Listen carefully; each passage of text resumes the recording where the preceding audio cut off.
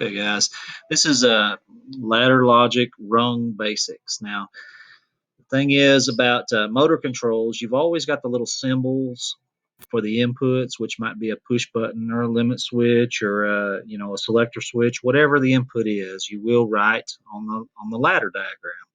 On the outputs, you're always going to put either an indicator light or a coil or whatever and use the proper symbol.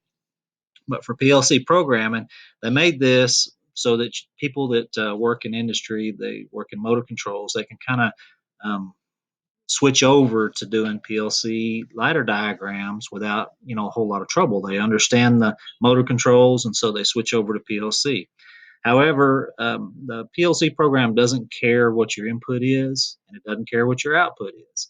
And so instead of having symbols for the various inputs and outputs, they just use these little make contacts and break contacts and relay coils down here on the side. So if you've got an input, well, first of all, let me add a make contact over here. This program doesn't care whether it's a push button or selector switch or whatever. It just is looking for a 24 volts high signal. That's all it cares about. It doesn't care what kind of or how it gets it or what goes through there. It's just looking for that high signal with these make contacts.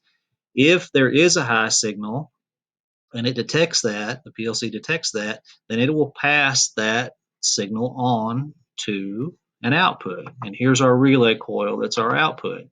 So we're going to tie this in with our wires. Let me connect it to my hot rail just like you would in motor controls. And I'm going to hook this one over here to the output. And so if it sees that, we're going to simulate this real quick.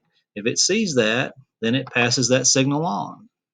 Down here it's showing a selector switch, but it doesn't care. It could be a push button or a normally closed or normally open push button, just whatever it is. On the output side, it's called a Q, by the way. 7-0 for output, they use a Q, and that's just the way they do it over in Europe. And it doesn't care whether the output's a coil or a light or whatever. It just sends a high signal out from the output side of the PLC out to whatever it is that you're powering up. So the programming part of it is really simple. Either it sees it or it doesn't. It's either a high or a low. And so if you think of it that way, you can't think of these as normally open contacts. They're either it's looking for a high. That's all there is to it. It doesn't care how it gets it. If it sees that high, then it passes the signal on. Now, on the flip side of that, on the break contacts, if we add these over here, it is looking for a low or a 0 volts. Doesn't care how it gets it, it's just looking for it. So if it gets that low, then it will pass that signal on. So here we are, we've got it connected.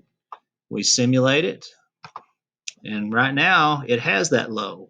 But if I turn that high voltage on, it turns off. So it's the reverse of that.